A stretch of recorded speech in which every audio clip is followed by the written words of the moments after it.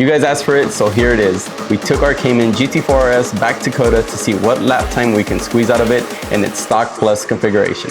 Let's chat.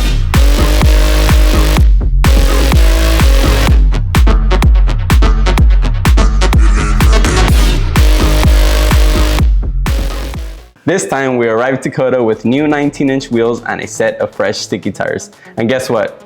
We are now the fastest GT4 RS at COTA, and we're mostly stock too.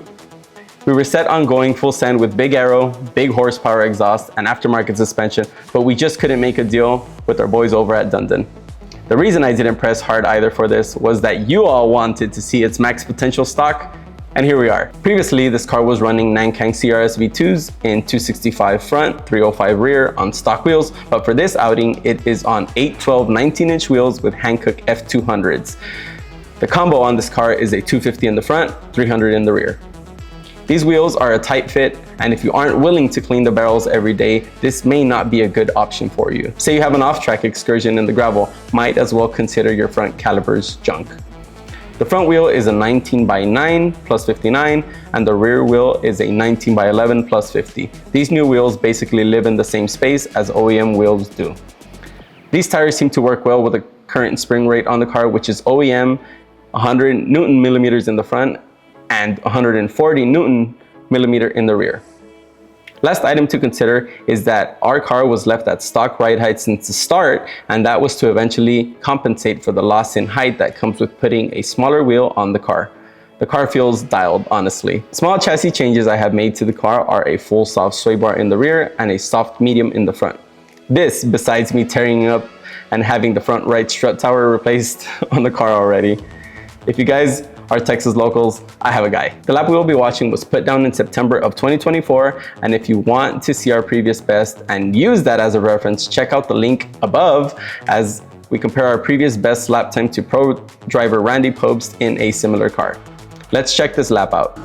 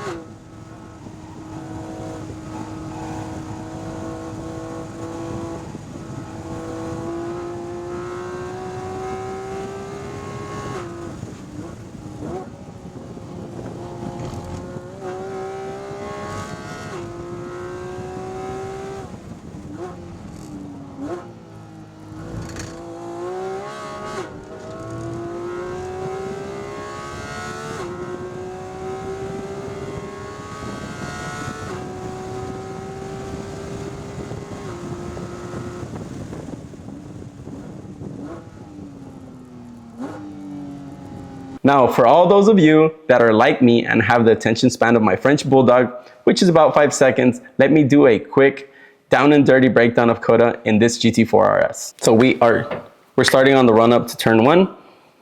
Again, like I said, this car felt dialed. So in turn 1, what you are looking for is you just want to open up one as much as possible. So try to stay as far right. Now, we used to use this bump as a brake reference. The bump is no longer there, but I kind of guarantee you that it's going to come back. 1, you want to be mid to late apex, and you do want to induce some of the rotation or some of the initial rotation on the brakes. As you can see here, I'm still dragging the brake down here. And then once you know you're gonna make that apex, and like I said, you wanna be mid to late here. You wanna grab that throttle, roll heavy throttle on the way out. Fight the car to move left, but do not fight it as much, because we have seen people who end up getting on the curbing here on the right and are on full throttle, end up hooking it to the inside. So exit of turn 1, I just say to stay away from it. Move all the way left, turn in. One thing I hope here is I wish the car had enough grip and or downforce to just go flat through too, because in our GT3s with sticky rubber and aero, this is definitely flat. It's on the edge, but it's flat. So not the case with this car. So now we are approaching 3. Into 3, I usually find myself moving to about half a track, and then I eat all of 3. We did see a lot of pros for this weekend end up crashing and doing funny things over here on the left, and I think it's just because they were still landing with left wheel in the car. Maybe they didn't have as many laps through COTA, but a lot of people, you kind of go over the bump and now it's like a hoop. It's not even a bump anymore.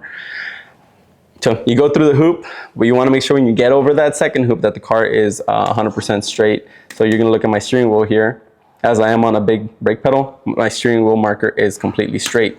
Through 4 and 5, you want to make sure you have the car rotated through the apex. You don't want to be driving around the apex. So, yep, as you can see, I'm rotating the car early, using all of it, and the car seemed pretty stable. So I was using all of this. Grab throttle on the way from 4 to 5. Into 5, you want to grab a brake, and here your brake release has to be super soft, super suavecito, like the song. Roll back to that throttle. And for this event, we had this grass section on the right. If this grass section would not be there, I guarantee you Felix would barely be putting the left 2 wheels on the asphalt. The rest of the car would be over here. But not the case for this weekend. I ended up going a bit wide, commit to throttle. The car has enough grip that I don't have to be all the way right into 7. Grab a dab of brake, turn it in, use all of 7, let the car track out, but don't let it go all the way past the rumbles. Now, what I forgot to say is that from 3 to 4 at COTA, that's where you want to grab your brake. I rode along with a few people this past weekend, or this past event, and I saw some people grabbing brake from 4 to 5, so hustling into 3 to 4, and then kind of gathering the car. But the car just seemed super upset, so I told them, hey, just slow the car down past 3 into 4, and then the rest is all throttle. And off the rip, that was like 6/10, just because he had such a more composed car from 4 to 5, 5 to 6, yeah. So it translated elsewhere. So here, don't let the car move all the way right, and as you start seeing that curbing and that rumble strip on the right, you want to just ride it or jump over. You just want to make sure that the left hand side tires of your car, which are the ones that are seeing all the load because you're going right, you just want to make sure that those are still on the tarmac and don't get onto the rumbles. Now, if you have a lot of grip, big aero, maybe better suspension, I think the car would kind of benefit from being further right. But as of now, I think this is a really good line through here. From 8 to 9, I tell this to everyone, you want to, it is super hard to do this, but you want to commit that as soon as you go right from 8 left to 9, you want to commit to go to throttle and stay on positive throttle. I went to throttle, chopped the throttle, just because the car I knew was going to get super upset through this inside at 9, which I was telling everybody, just eat it all. The car's not going to feel good, but it's definitely the fastest way. So you saw that I chopped a little bit of grab throttle, chopped a little bit out, grabbed a little bit more. The car kind of gets a little bit upset. Let the car go right, and in this case it was okay to turn the car from the curbing just because I had a decent amount of grip. Now, I have seen people who are in a faster car or in a car that has more horsepower try to do the same here, where they're turning the car on the rumble and the car just goes literally straight just because they never settled the car. So in our case, it was fine. I kept on pushing towards turn 11. Turn 11 is hard braking. It's one of the toughest corners on the track, but turn 11, the easiest way to get by this is just going to be kind of do this to the steering wheel, and this will let you kind of feel everything that the car is doing. Be patient on the way in and be patient on the way out on throttle. You do want to get that nose of the car pointed in. As you can see, I still had some brakes here. Get that nose pointing, pointing, pointing. And then once you are mid to late or mid, you can start rolling throttle. Here, you saw that I kind of fluttered the throttle, and the reason for this, and I'm going to tell you just going to be straight with you, is the 911s get so much better rotation on corner out because of the rear steer that I kind of thought I was in a 911, and I was like, ooh, if I just grab throttle here, the car's going to go straight out. So I kind of turned the car, grabbed throttle release, and I was just trying to get a little bit of nose in the car. So my bad. Going down the back straight.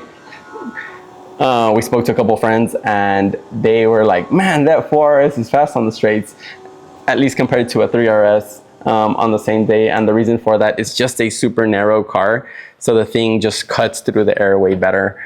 When we load them on the trailer, the GT3s are like at least an inch wider on each side, which means like the body's bigger, the whole car is just bigger. In this car, I didn't seem too confident on the brakes this event. As you could see, we're braking way before the 150 marker. And that's just where the car kind of wanted to stop. Still have brake pedal, still have brake, like I still have a decent amount of brake in it. Release as you're going in, and 12 is one of those where you can probably turn a little bit earlier than you think, just because it has a compression zone that kind of slows the car down and grabs the front end of the car. Grab the throttle all the way to the track out, move the car left, big brake. On the left hand side, turn the car with still some brake just to get that nose biting. Here, I believe I was using this marker on the left, right here, to get to my full braking pedal. Rolled the car in, and 13-14, controversial. I do it many different ways. This time I decided, based on a friend's input, his name is Andres. You guys will probably meet him soon. He said shorter, faster is the key through here versus kind of letting the car go wide and do its own thing. If you have the grip, shorter, faster all day. And that's what we did. So I was mid to late at 13. Would I consider that mid to late? Yeah, that's mid. Make sure to make that inside. Didn't let the car go too wide. Yep, I'm usually on the other side of that curbing, but not this time. Here, I took what I learned from Randy Popes, which is big brake, turn the car, and then turn the car a little bit more at the end of the brakes, just so that we have a better or a smaller arc into 15 versus turning the car in and kind of committing to a huge arc. Turn it in, turn it a little bit more, and then if you have extra grip or good tires, like he had on his video as well, you kind of pinch it a little bit more. Yeah, you saw there, I kept big brake, kept that brake, and I'm just keeping that front end biting. Once I see I'm gonna make that apex, it still looks like I'm super pinched, but the car has enough grip and it's still rotating on entry to 15 that, as you see here, I'm already on 44% throttle, and I guarantee I'm gonna hop on that throttle pedal pretty quick. Into the carousel, wanna make sure to move all the way left, and it's crucial here that you make this second apex. You do not wanna be too close to this apex. Ideally, I probably would have entered a little bit wider, but in my opinion, if you enter too wide, then there's so much going on to get the car back to 16B. So enter slightly wide, and aim for that second apex here. I think this is one of the faster mile an hours that I have entered the carousel, 88, 89. And the key here is to kind of hustle it in, let it float, gather it up, and rip on the way out. You see here that I'm playing with throttle, and that's just to try to get that front end. At this point, I see that if I don't give the car enough throttle, I'm gonna be pinched, or I'm gonna be close to the right-hand side. So I lay the throttle down, let the car go wide, all the way to the rumbles. This is perfect. I didn't get to the rumbles. If I would have touched that with this high a load, the car would have just gotten super upset. Yeah, 19, as you're moving right to turn into 19, you wanna make sure to drag a brake as you're moving right, and then the drag off the brake has to be super gentle, because if not, the car is gonna have a big snap on entry. If you're finding yourself like you're having to chop a lot of brake out of it, that means that you're braking too late. Now, some people wait until they move all the way right to give it a big brake, but at that point, it's gonna be too late. So if you find yourself like you're chopping a lot of brake out of it to get the car turned in, that just means that you're not braking early enough. So start dragging the brake or giving it brake earlier as you're moving from left to right on the track. So as you can see here, I'm anxious to get on the throttle, but what I want to show you here at the bottom is that I am still, the car's moving left, moving right. Now I'm still moving left and I still have a good amount of brake pedal. I chop it from 20 or I release it from 20. I say I'm a little bit early here, but the key to this, or what I knew would fix this, is just throttle. I want to make sure that when I'm turning to 19, I straddle that sausage. Pause. Straddling is the way to go, guys, at least in turn 19. I don't know what you guys are talking about. So as you see, the car has a little bit of snap on entry here. That's okay. I'm anxious to get on throttle. At some point you saw that I was kind of on both pedals, and I'm just kind of telling myself, as soon as I am off that brake pedal, I need to start rolling throttle. Roll throttle. This makes it a straight shot through 19. If you go around 19, I've never done the math, but you're literally going around the corner versus going through the corner. So the key here for a fast lap time is to go through the corner. I've seen it done with big aero cars. All our cars do it there at stock ride height. So don't worry about destroying anything on the car. Your car will be absolutely fine. Let the car track out, commit to that throttle. If you ever have a car that has excess rotation through the apex here, just realize how much real estate you have here on the right. If you feel you aren't gonna stay on track, let it go wide, reset for 20, literally throw that away in the 2 seconds you have left to get to 20, throw that away and start a new lap.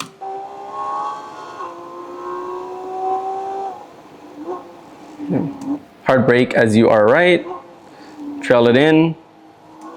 And this time, like on these tires, I was just so comfortable kind of letting the car float or carrying a lot of speed. And I think this is a lot of mile an hour for me, 50 miles an hour into 20. It goes down to 48, grab throttle. And you see the car kind of gets a little bit upset, but mama didn't raise no. So I decided to keep my foot in the throttle here. Yeah, you see I have the little upset, but I'm staying on the throttle. And we are seeing that delta just climb or get negative and negative, which is definitely better. We swung through here at a 2:17.04. I was absolutely thrilled.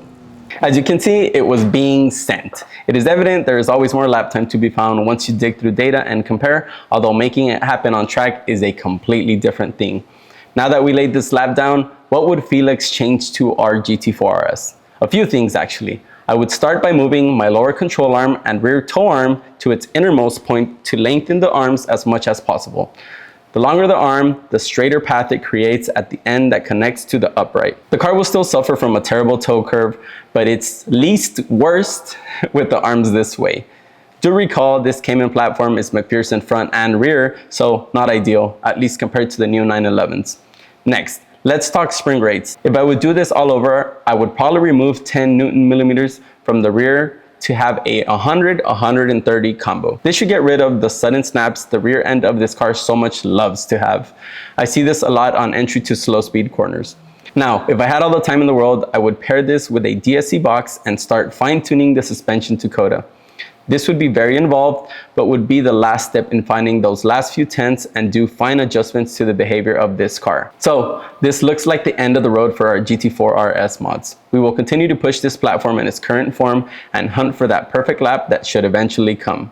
We will see how long we can keep the crown as COTA's fastest GT4 RS. I don't think it will last long, as we just fully built our friend Barry's GT4 RS with a full Dundon catalog. We went back and forth in September with fast lap times, but were able to just edge him out by 2/10 with a pro driver in his car. Besides Barry, our good friend Larry will also be building a lab rat, so if there are two, there's no need for a third. That's a wrap, guys. We hope you enjoyed this video, and remember to comment, like, and subscribe to the channel. To see similar content, click here or here. See you guys in the next one. Vámonos.